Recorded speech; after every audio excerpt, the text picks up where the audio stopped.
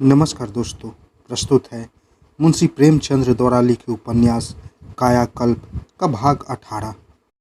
चक्रधर को जेल में पहुंचकर ऐसा मालूम हुआ कि वह नई दुनिया में आ गए हैं, जहां मनुष्य ही मनुष्य है, ईश्वर नहीं। उन्हें ईश्वर के दिए हुए वायु और प्रकाश के मुश्किल से दर्शन होते थे। मनुष्य के रचे हुए इस संसार में मनुष्य की कितनी हत्या हो सकती है, इसका उज्जवल प्रमाण सामने था। भोजन ऐसा मिलता था जिसे शायद कुत्ते भी सूंघकर छोड़ देते। वस्त्र ऐसे जिन्हें कोई भिखारी भी पैरों से ठुकरा देता। और परिश्रम इतना करना पड़ता था जितना बैल भी न कर सके। जेल शासन का विभाग नहीं, पाशविक व्यवसाय है। आदमियों से जबरदस्ती काम लेने का बहाना, अत्याचार का निष्कंठ साधन। 2 रुपए रोज का काम लेकर 2 आने का खाना खिलाना ऐसा अन्याय है जिसका कहीं नज़ीर नहीं मिल सकती। जिस परिश्रम से एक कुनबे का पालन होता हो, वह अपना पेट भी नहीं भर सकता। इंसाफ तो अब हम जाने, पर अपराधी को दंड दीजिए, उससे खूब काम कीजिए, लेकिन उसकी मेहनत के पैसे उसके घर पहुंचा दीजिए। अपराधी के साथ उसके घर वालों की प्राण हत्या न कीजिए। अगर यह कहिए कि अपराधी घर वालों की सलाह से अपराध करता है तो उसका प्रमाण दीजिए। बहुत से कुकर्म ऐसे होते हैं जिनकी घर वालों को गंध तक नहीं मिलती। इसी दशा में घर वालों को क्यों दंड दिया जाए? फिर नाबालिगों का क्या दोष? वह तो कुकर्म में शरीक नहीं होते, उनका खून क्यों? आदि से अंत तक का सारा व्यवहार घृणित, जघन्य, वैशाचिक और निषिद्ध है। अनीति की अक्ल यहाँ दंग है, दुष्टता भी यहाँ दांतों तले उंगली दबाती है। मगर कुछ ऐसे भी भाग्यवान हैं जिनके लिए ये जेल कल्पवृक्ष से कम नहीं है। बैल अनाज पैदा करता है तो अनाज का भूसा खाता है। कभी कभी खाली चोकर और दाना भी उसके कंठ तले पहुंच जाता है। कैदी बैल से भी गया गुजरा है। वह नाना प्रकार के साग भांजी और फल फूल पैदा करता है, पर उसकी गंध भी उसे नहीं मिलती। नित्य प्रति सब्जी, फल और फलों से भरी हुई डालियां हुक्मान के बंगलों पर पहुंच जाती है। कैदी देखता है और किस्मत ठोकर रह जाता है। चक्रधर को चक्की पीसने का काम दिया गया। प्रातःकाल गेहूं तौलकर दे दिया जाता था और संध्या तक उसे पीसना जरूरी था। कोई उजड़ या बहाना न सुना जाता। बीच बीच में केवल एक बार खाने की छुट्टी मिलती थी। इसके बाद फिर चक्की में जुट जाना पड़ता था। वह बराबर सावधान रहते थे कि किसी कर्मचारी को उन्हें कुछ कहने का मौका न मिले, लेकिन गालियों में बात करना जिनकी आदत हो, उन्हें क्यों कर रोकता। प्रायः रोज फटकार और गालियां खानी पड़ती थी और उसकी रातें सोने के बदले रोने और दिल को शांत करने में कट जाती थी। किंतु विदित का अंत यही तक न था। कैदी लोग उन पर ऐसी अश्लील, ऐसी अपमानजनक आवाज़ें कसते कि क्रोध और घृणा से उनका रक्त खौल उठता, पर लहू का घूंट पी कर रह जाते थे। न कोई शिकायत सुनने वाला था, न घाव पर मरहम रखने वाला। सबसे बड़ी मुसीबत का सामना रात को होता था, जब दरवाजे बंद हो जाते थे और अपने आत्मसम्मान की रक्षा के लिए बाहुबल के सिवा कोई साधन न होता था। उनके कमरे में 5 कैदी रहते थे। उनमें धन्ना सिंह का नाम एक ठाकुर भी था, बहुत ही बलिष्ठ और गजब का शैतान। वह उनका नेता था। वे सब इतना शोर मचाते थे, इतनी गंदी घृणित बातें करते थे कि चक्रधर को कानों में उंगलियां डालनी पड़ती थी। उन्हें प्रतिक्षण यह भय रहता था कि वे सब न जाने कब मेरी दुर्गति कर डाले। रात को जब तक वे सो न जाए, वह खुद न सोते थे। हुक्म तो यह था कि कोई कैदी तंबाकू न पिए। यहाँ पर गांजा, भांग, शराब, अफीम, यहाँ तक कि कोकीन भी न जाने किस तिरकम से पहुंच जाते थे। नशे में वे तो इतने उदंड हो जाते मानो नर्तन साक्षी राक्षस हो। धीरे धीरे चक्रधर को इन आदमियों से सहानुभूति होने लगी। सोचा, इन परिस्थितियों में पड़कर कौन ऐसा प्राणी है जिसका पतन न हो जाएगा। बहुत दिनों से सेवा कार्य करते रहने पर भी पहले उनको कैदियों से मिलने जुलने में झिझक होती थी। उनकी गंदी बातें सुनकर वह घृणा से मुंह फेर लेते थे। उन्हें सभी श्रेणी के मनुष्यों से साबिका पड़ चुका था। पर ऐसे निर्लज गालियां खाकर हंसने वाले दुर्व्यसनों से डूबे हुए मुफ्फट बेहया आदमी उन्हें अब तक न देखे थे। उन्हें न गालियों की लाज थी, न मार का भय। कभी कभी उन्हें ऐसी ऐसी स्वाभाविक ताड़नाएं मिलती थी कि चक्रधर के रोए खड़े हो जाते थे। मगर क्या मजाल कि किसी कैदी की आंखों में आंसू आ जाए। वह व्यवहार देख देख कर चक्रधर अपने कष्टों को भूल जाते थे। कोई कैदी उन्हें गाली देता तो चुप हो जाते और इस ताक में रहते कि कब उसके साथ सजनता दिखाने का अवसर मिले। तहसीलदार साहब का हुक्मान से मेल जोल था ही रियासत में नौकर थे। यह मेल जोल और भी बढ़ गया था। उन लोगों को देहातों से ला लाकर कोई न कोई सौगात भेजते रहते थे। इसी मुहलाजे की बदौलत उन्हें समय समय पर चक्रधर के पास खाने पीने की चीज़ें भेजने में कोई दिक्कत न होती थी। चक्रधर इन चीज़ों को पाते ही कैदियों में बांट देते थे। ऐसी लूट मचती थी कि कभी कभी उनको अपने मुंह में जरा सी भी रखने की नौबत न आती थी। जेल के छोटे कर्मचारी तो चाहते थे कि हम ही सब कुछ हड़प जाए, इसलिए जब वे उनके साथ हाथ लगाकर कैदियों को मिल जाती तो वे उसकी कसर चक्रधर से निकाल देते। काम लेने में और भी सख्ती करते, जरा जरा सी बात पर गालियां देने को तैयार हो जाते। लेकिन कैदियों पर चक्रधर की सन्नद्धता का कुछ न कुछ असर अवश्य होता था। चक्रधर के साथ उनका बर्ताव कुछ नम्र होता जाता था। जहाँ चक्रधर की हंसी उड़ाते थे, उन्हें मुंह चिढ़ाते थे, वहाँ अब उनकी बातों की ओर ध्यान देने लगे। आत्मा को आत्मा की ही आवाज़ जगा सकती है। चक्रधर का जीवन कभी इतना आदर्श न था। कैदियों को मौका मिलने पर धर्म कथाएं सुनाते, ईश्वर के दया और क्रोध का स्वरूप दिखाते। ईश्वर अपने भक्तों को कितना प्रसन्न होता है, उनके पापों को कितनी दया से क्षमा कर देता है। ईश्वर भक्तों की कथा इसका उज्जवल प्रमाण थी। केवल पश्चाताप का मन भाव में आना चाहिए। अजामिल और वाल्मीकि तर गए तो क्या तुम और हम न तरेंगे। इन कथाओं को कैदी लोग इतने चाव से सुनते मानो एक एक शब्द उनके हृदय पर अंकित हो जाता था। किंतु इसका असर बहुत जल्दी मिट जाता था। इतनी जल्दी कि आश्चर्य होता था। उधर कथा हो रही है और इधर लात मुक्के चल रहे हैं। कभी भी इन कथाओं पर अविश्वासपूर्ण टिकाए करते थे और बात में हंसी उड़ा देते थे। एक कहता, लो धन्ना सिंह, अब हम लोग बैकुंठ चलेंगे, कोई डर नहीं है, भगवान क्षमा कर ही देंगे, वहाँ खूब जलसा हो करेगा। दूसरा कहता, धन्ना सिंह, मैं तुझे न जाने दूंगा, ऊपर से ऐठा ठेलूंगा कि हड्डियाँ टूट जाएगी।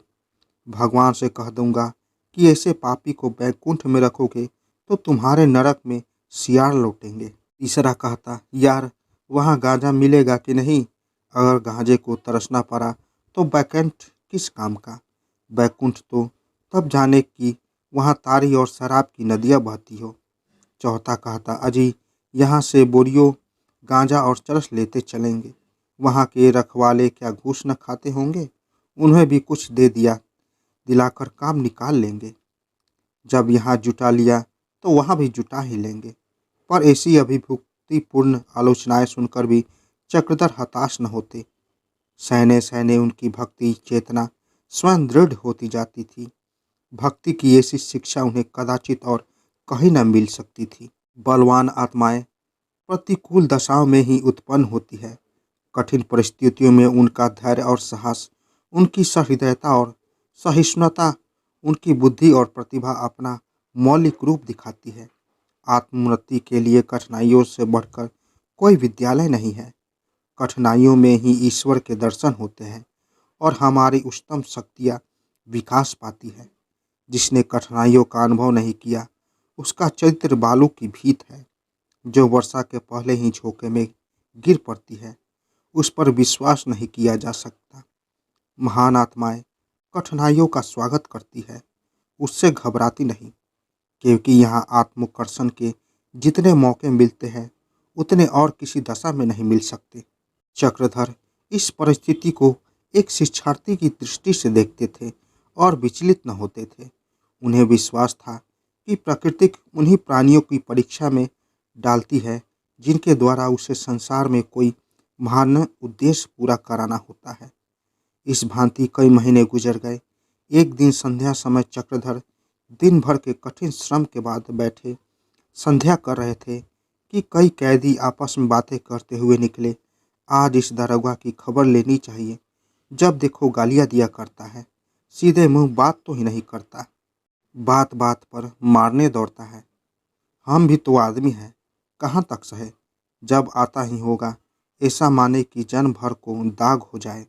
यही न होगा कि साल 2 साल की मियाद बढ़ जाएगी, बचा की आदत तो छूट जाएगी। चक्रधर इस तरह की बातें अक्सर सुनते थे, इसलिए उन्होंने इस पर कुछ विशेष ध्यान न दिया। मगर भोजन के समय ज्यों ही दरोगा साहब आकर खड़े हुए और एक कैदी को देर से आने के लिए मारने दौड़े कि कह कैदी चारों तरफ से दौड़ पड़े और मारो मारो का शोर मच गया। दरोगा जी की सिट्टी पिट्टी भूल हो गई। कहीं भागने का रास्ता नहीं, कोई मददगार नहीं। चारों तरफ दीन नेत्रों से देखा, जैसे कोई बकरा भेड़ियों के बीच में फंसा हो। सहसा धन्ना सिंह ने आगे बढ़कर दारोगा जी की गर्दन पकड़ी और इतनी जोर से दबाई कि उनकी आंखें बाहर निकल आई। चक्रधर ने देखा अब अनर्थ हुआ चाहता है, तो तीर की तरह झपटे और कैदियों के बीच में घुसकर धन्ना सिंह का हाथ पकड़ लिया और बोले, हट जाओ, क्या करते हो। धन्ना सिंह का हाथ ढीला पड़ गया, लेकिन अभी तक उसने गर्दन न छोड़ी। चक्रधर, छोड़ो, ईश्वर के लिए। धन्ना सिंह, जाओ भी, बड़े ईश्वर की पूछे बने हो। जब यह रोज गालियां देता है, बात बात पर हंटर जमाता है, तब ईश्वर कहाँ सोया रहता है जो इस घड़ी जाग उठा। हट जाओ सामने से, नहीं तो सारा बाबूपन निकाल दूंगा। पहले इससे पूछो, अब तो किसी को गालियां न देगा, मारने तो न दौड़ेगा। दरोगा, कसम कुरान की, जो कभी मेरे मुंह से गाली का एक हर्फ भी न निकले। धन्ना सिंह, कान पकड़ो। दारोगा कान पकड़ता है। धन्ना सिंह, जाओ, बचा भले का मुंह देख कर उठे थे, नहीं तो आज आज जान जान पड़ती। यहाँ कौन कोई रोने वाला बैठा हुआ है। चक्रधर, दरोगा जी, कहीं ऐसा न कीजिएगा कि जाकर वहाँ से सिपाहियों को चढ़ा लाइए और इन गरीबों को भुनवा डालिए। दरोगा, कौतूहल बिला कुबूत, इतना कमीना नहीं हूँ। दरोगा चलने लगे तो धन्ना सिंह ने कहा, मियाँ गारद सारा बुलाए तो तुम्हारे हक में बुरा होगा, समझाए देते हैं। हमको क्या, न जाने की खुशी है न मरने की रंज, लेकिन तुम्हारे नाम को कोई जोड़ने वाला रहेगा। दरोगा जी यहाँ से जान बचाकर भागे, लेकिन दफ्तर में जाते ही गारद के सिपाहियों को ललकारा। हाकिम जिला को टेलीफोन किया और खुद बंदूक लेकर समर के लिए तैयार हुए। दम के दम में सिपाहियों का दल संगीने चढ़ाए आ पहुंचा और लपक कर भीतर घुस पड़ा। पीछे पीछे दरोगा भी दौड़े। कैदी चारों ओर से घिर गए। चक्रधर पर चारों ओर से बौछारें पड़ने लगी। धन्ना सिंह, अब कहो भगत जी, छुड़वा दिया जाए, जाकर समझाते को नहीं। गोली चली तो। एक कैदी, गोली चली तो पहले इन्हीं की चटनी ही की जाएगी। चक्रधर, तुम लोग अब भी शांत रहोगे तो गोली न चलेगी, मैं इसका जिम्मा लेता हूँ। धन्ना सिंह, तुम उन सबों से मिले हुए हो, हमें फंसाने के लिए यह ढोंग रचा है। दूसरा कैदी, दगाबाज है, मार के गिरा दो। चक्रधर, मुझे मारने से अगर तुम्हारी भलाई होती हो तो यही सही। तीसरा कैदी, तुम जैसे सीधे आप हो वैसे ही सबको समझते हो, लेकिन तुम्हारे कारण हम लोग संत मेट में पिटे ही कि नहीं। धन्ना सिंह, सीधा नहीं, उनसे मिला हुआ है। भगत सभी दिल के मैले होते हैं, कितनों को देख चुका हूँ। तीसरा कैदी, तुम्हारी ऐसी तैसी, तुम्हें फांसी दिलाकर उन्हें राज ही तो मिल जाएगा। छोटा मुंह बड़ी बात। चक्रधर ने आगे बढ़कर कहा, दरोगा जी, आखिर आप क्या चाहते हैं, इन गरीबों को क्यों घेर रखा है। दारोगा ने सिपाहियों की आड़ से कहा, यही उन सब बदमाशों का सरगना है। खुदा जाने किस हिकमत से उन सबों को मिलाए हुए हैं। इसे गिरफ्तार कर लो, बाकी जितने हैं उन्हें खूब मारो, मारते मारते हलवा निकाल लो। सुअर के बच्चों का, इसकी हिम्मत है कि मेरे साथ गुस्ताखी करे। चक्रधर, आपको कैदियों को मारने का कोई मजाल नहीं है। धन्ना सिंह, जमान संभाल के दारोगा जी। दारोगा, मारो इन सुअरों को। सिपाही कैदियों पर टूट पड़े और उन्हें बंदूकों के कुंडों से मारना शुरू किया। चक्रधर ने देखा कि मामला संगीन हुआ चाहता है तो बोले, दारोगा जी, खुदा के वास्ते यह गजब न कीजिए। कैदियों में खलबली पड़ गई। कुछ इधर उधर के फावरे, कुदाले और पत्थर ला लाकर लड़ने पर तैयार हो गए। मौका नाजुक था। चक्रधर ने बड़ी दीनता से कहा, मैं आपको फिर समझाता हूँ। दारोगा, चुप रहा सुअर का बच्चा। इतना सुनना था कि चक्रधर बाज की तरह लपक कर दारोगा जी पर झपटे। कैदियों पर कुंदों की मार पड़नी शुरू हो गई थी। चक्रधर को बढ़ते देखकर उन सब ने पत्थरों की वर्षा शुरू की। भीषण संग्राम होने लगा। एकाएक चक्रधर ठिठक गए। ध्यान आ गया, स्थिति और भयंकर हो जाएगी। अभी सिपाही बंदूक चलाना शुरू कर देंगे, लाशों की ढेर लग जाएंगे। अगर हिंसक भावों को दबाने का कोई मौका हो सकता है तो वह यही मौका है। ललकार कर बोले, पत्थर न फेंको, पत्थर न फेंको। सिपाहियों के हाथों से बंदूक छीन लो। सिपाहियों ने संगीनें चढ़ानी चाही, लेकिन उन्हें इसका मौका न मिल सका। एक एक सिपाही पर 10-10 कैदी टूट पड़े और दम के दम में उसकी बंदूकें छीन ली। सिपाहियों ने रौब के बल पर आक्रमण किया था। उन्हें विश्वास था कि कुंदों की मार पड़ते ही कैदी भाग जाएंगे। अब उन्हें मालूम हुआ कि हम धोखे में थे। फिर वे एक साथ में नहीं, इधर उधर बिखरे खड़े थे। उसमें इसकी शक्ति और भी कम हो गई थी। उन पर आगे पीछे दाएं बाएं चारों तरफ से चोट पड़ सकती थी। संगीनें चढ़ाकर भी वे किसी तरह न बच सकते थे। कैदियों में पिल पड़ना उनकी सबसे बड़ी भूल थी।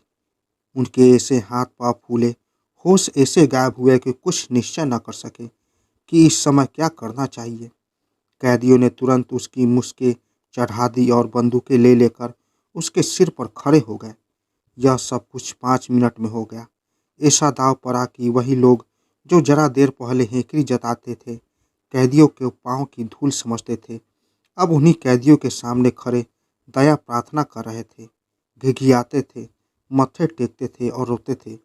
दारोगा जी की सूरत तो अब तस्वीर खींचने योग्य थी। चेहरा फक, हवाइयाँ उड़ी थी। थर थर काँप रहे थे कि देखे जान बचती है या नहीं। कैदियों ने देखा, इस वक्त हमारा राज्य है तो पुराने बदले चुकाने पर तैयार हो गए। धन्ना सिंह लपका हुआ दारोगा के पास आ पहुंचा और जोर से एक धक्का देकर बोला, क्यों खा साहब, उखाड़ लूँ दाढ़ी के एक एक बाल। चक्रधर, धन्ना सिंह हट जाओ। धन्ना सिंह, मरना तो है ही, अब इन्हें क्यों छोड़ दें। चक्रधर, हम कहते हैं हट जाओ, नहीं तो अच्छा न होगा। धन्ना सिंह, अच्छा हो चाहे बुरा, हमारे साथ इन लोगों ने जो सलूक किया है इसका मजा चखाए बिना न छोड़ेंगे। एक कैदी हमारी जान तो जानी ही है, पर इन लोगों को न छोड़ेंगे। दूसरा कैदी, एक एक की हड्डियां तोड़ दो, 2-2 4 साल तक और सही। अभी कौन भूख सुख भोग रहे हो, जो सजा हो को डरे। आखिर धूम धमाके यही तो फिर आना है। चक्रधर, मेरे देखते तो यह अनर्थ न होने पाएगा। हाँ, मर जाऊँ तो चाहे जो करना। धन्ना सिंह, अगर ऐसे बड़े धर्मात्मा हो तो इनको क्यों नहीं समझाया। तुम ही कौन बचे हुए हो, कुत्तों को भी मारते दया आती है। क्या हम कुत्तों से भी गए बीते हैं। इतने में सदर फाटक पर शोर मचा। जिला मजिस्ट्रेट मिस्टर जिम सशस्त्र पुलिस के सिपाहियों और अफसरों के साथ आ पहुंचे थे। दारोगा जी ने अंदर आते वक्त किवाड़ बंद कर लिए थे, जिससे कोई कैदी भागने न पाए। यह शोर सुनते ही चक्रधर समझ गया कि पुलिस आ गई है। बोले, अरे भाई, क्यों अपनी जान के दुश्मन हुए हो। बंदूकें रख दो और फौरन जाकर किवाड़ खोल दो, पुलिस आ गई है। धन्ना सिंह, कोई चिंता नहीं, हम भी इन लोगों का वारा न्यारा कर डालते हैं। मरते ही हैं तो 2-4 को मार के मरे। कैदियों ने फौरन संगीनें चढ़ाई और सबसे पहले धन्ना सिंह दारोगा जी पर झपटा। करीब था कि संगीन की नोक उसके सीने में चुभे। चक्रधर यह कहते हुए धन्ना सिंह ईश्वर के लिए दारोगा जी के सामने आकर खड़े हो गए। धन्ना सिंह वार कर चुका था। चक्रधर के कंधे पर संगीन का भरपूर हाथ पड़ा। आधी संगीन धंस गई। दाहिने हाथ से कंधे को पकड़ बैठ गए। कैदियों ने उन्हें गिरते देखा तो होश उड़ गए। आकर उनके चारों तरफ खड़े हो गए। घोर अनर्थ की आशंका ने उन्हें स्तंभित कर दिया था। भगत को चोट आई है, ये शब्द पशु पक्षियों को दबा बैठे थे। धन्ना सिंह ने बंदूक फेंक दी और फूट फूट कर रोने लगा। मैंने भगत के प्राण लिए, जिस भगत ने गरीबों की रक्षा के लिए सजा पाई, जो हमेशा उसके लिए अफसरों से लड़ने को तैयार रहता था, जो नित्य अच्छे रास्ते पर ले जाने की चेष्टा करता था, जो उसके बुरे व्यवहारों को हंस हंस कर सह लेता था, वही भगत धन्ना सिंह के हाथ जरा पड़ा है। धन्ना सिंह को कई कैदी पकड़े हुए हैं। ग्लानि के आवेश में वह बार बार चाहता है कि अपने को उसके हाथों से छुड़ाकर वही संगीन अपनी छाती में चुभा ले, लेकिन कैदियों ने इतने जोर से जकड़ रखा था कि उसका कुछ बस नहीं चलता। दारोगा ने मौका पाया तो सदर फाटक की तरफ दौड़े कि उसे खोल दूं। धन्ना सिंह ने देखा कि यह हजरत, जो सारे फसाद की जड़ है, बेदाग बचे जाते हैं, तो उसकी हिंसक प्रवृत्ति ने उसका जोर मारा और एक ही झटके में वह कैदियों के साथ से मुक्त हो गया और बंदूक उठाकर उसके पीछे दौड़ा। चक्रधर के खून का बदला लेना जरूरी था। करीब था कि दरोगा जी पर फिर वार पड़े कि चक्रधर फिर संभल कर उठे और एक हाथ से अपना कंधा पकड़े लड़खड़ाते हुए चले। धन्ना सिंह ने उन्हें आते देखा तो उसके पांव रुक गए। भगत अभी जीते हैं, इसकी उसे इतनी खुशी हुई कि वह बंदूक लेकर पीछे की ओर चला और उसके चरणों पर सिर रखकर रोने लगा। ऐसी सच्ची खुशी उसे अपने जीवन में कभी न हुई थी। चक्रधर ने कहा, सिपाहियों को छोड़ दो। धन्ना सिंह, बहुत अच्छा भैया, तुम्हारा जी कैसा है? चक्रधर, देखना चाहिए बचता हूँ या नहीं। धन्ना सिंह, दारोगा के बच जाने का कलंक रह गया। सहसा मिस्टर जिम सशस्त्र पुलिस के साथ जेल में दाखिल हुए। उन्हें देखते ही सारे कैदी भर से भागे। केवल 2 आदमी चक्रधर के पास खड़े रहे। धन्ना सिंह उसमें एक था। सिपाहियों ने छूटते ही अपनी अपनी बंदूकें संभाली और एक कतार में खड़े हो गए। जिम्बेल दारोगा, क्या हाल है? दारोगा, हुजूर के अकबाल से फतह हो गई, कैदी भाग गए। जिम, यह कौन आदमी पड़ा है? दारोगा, इसी ने हम लोगों की मदद की है हुजूर, चक्रधर नाम है। जिम, अच्छा, यह चक्रधर है जो बगावत के मामले में हमारे इल्जालत से सजा पाया था? दारोगा, जी हाँ हुजूर, अभी इसी के बदौलत हमारी जान बची। जो जख्म इसके कंधे में है, यह शायद इस वक्त मेरे सीने में होता। जिम, इसने कैदियों को भड़काया होगा? दारोगा, नहीं हुजूर, इसने तो कैदियों को समझा बुझाकर ठंडा किया। जिम, तुम कुछ नहीं समझा। यह लोग पहले कैदियों को भड़काता है, फिर उसकी तरफ से हाकिम लोगों से लड़ता है, जिसमें कैदी समझे कि यह हमारी तरफ से लड़ रहा है। यह कैदियों को मिलाने का हिकमत है। वह कैदियों को मिलाकर जेल का काम बंद कर देना चाहता है। दारोगा, देखने में तो हुजूर बहुत सीधा साधा मालूम होता है, दिल का हाल खुदा जाने। जिम, खुदा के जानने से कुछ नहीं होगा, तुमको जानना चाहिए। तुमको हर एक कैदी पर निगाह रखनी चाहिए, यही तुम्हारा काम है। यह आदमी कैदियों से मजहब की बातचीत तो नहीं करता? दारोगा, मजहबी बातें तो बहुत करता है हुजूर, इसी से कैदियों ने उसे भगत का लक़ब दे दिया है। जिम, ओह, तब तो यह बहुत ही खतरनाक आदमी है। मजहब वाले आदमी पर बहुत कड़ी निगाह रखनी चाहिए। कोई पढ़ा लिखा आदमी दिल से मजहब को नहीं मानता। मजहब पढ़े लिखे आदमियों के लिए नहीं है, इसके लिए तो इथिक्स काफ़ी है। जब कोई पढ़ा लिखा आदमी मजहब की बात करे तो फौरन समझ लो कि वह कोई साजिश करना चाहता है। धर्म के साथ राजनीतिक बहुत खतरनाक हो जाता है।